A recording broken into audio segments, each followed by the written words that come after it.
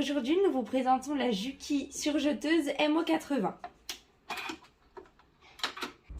Une surjeteuse s'enfile toujours de la droite vers la gauche, les boucleurs en premier, les aiguilles en second.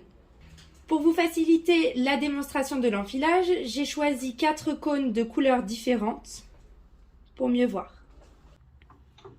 Mon premier passage pour mon boucleur inférieur, le second, le troisième dans la tension, le quatrième derrière la pâte métallique. Je prends ma pince pour me faciliter l'enfilage.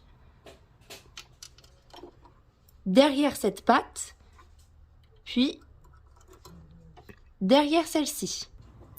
Je viens pousser mon doigt mailleur pour me faciliter l'enfilage du boucleur. J'enfile mon boucleur inférieur. Je viens récupérer le fil à l'arrière. Je donne un petit peu de tension à mon fil et je viens le coincer dans la partie métallique carrée. Je fais attention que rien ne gêne mon enfilage. Je viens pousser mon enfilage, mon aide à l'enfilage, et mon boucleur inférieur est correctement enfilé. Je viens placer mon fil correctement à gauche, à l'arrière de mon pied presseur. Deuxième enfilage, celui du boucleur supérieur. Le premier passage est le même, le second également. Je passe dans ma tension, dans la partie métallique. Je suis maintenant les repères en bleu, le premier passage, puis le second. J'enfile la partie métallique en queue de cochon, puis je viens enfiler mon boucleur supérieur. Je le récupère et je le positionne également sous le pied à gauche. C'est bon. Pour l'aiguille de droite, le premier passage reste toujours le même, le second comme les deux premiers. Dans ma tension, sous la partie métallique, la première, deuxième et la troisième, dans l'une des deux encoches, dans cette partie-là, je passe dans mon ressort, puis dans mon guide-fil jusqu'à la droite.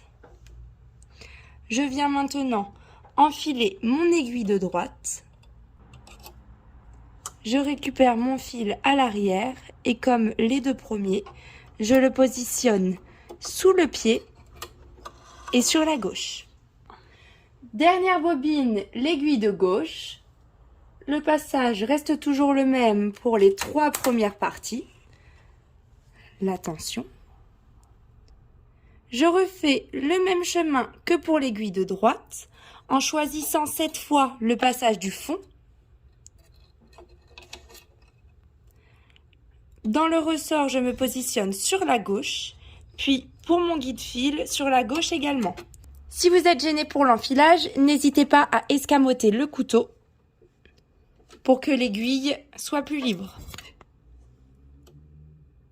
Pour que l'aiguille soit plus libre d'accès. Je le récupère par l'arrière, je le mets sous mon pied et sur la gauche. J'utilise le coupe-fil pour couper mes 4 fils. Je pense bien à repousser mon doigt mailleur et je replace mon couteau. Je ferme la porte de sécurité. Je lève mon pied presseur, je positionne mon tissu, je baisse le pied presseur et j'appuie sur la pédale.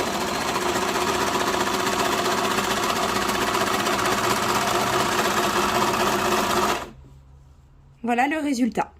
Si vous avez une erreur d'enfilage, vous pourrez le repérer de suite grâce aux différentes couleurs. Bien sûr, quand c'est sur un ouvrage que vous faites, vous mettez les 4 bobines de la même couleur. Dans une prochaine vidéo, nous vous montrerons comment régler les tensions, comment régler la longueur de pointe, le différentiel, comment faire un rouloté et comment régler la profondeur de votre couteau. Nous espérons que cette vidéo vous a plu. N'hésitez pas à nous laisser des commentaires, à vous abonner et nous vous souhaitons une bonne journée.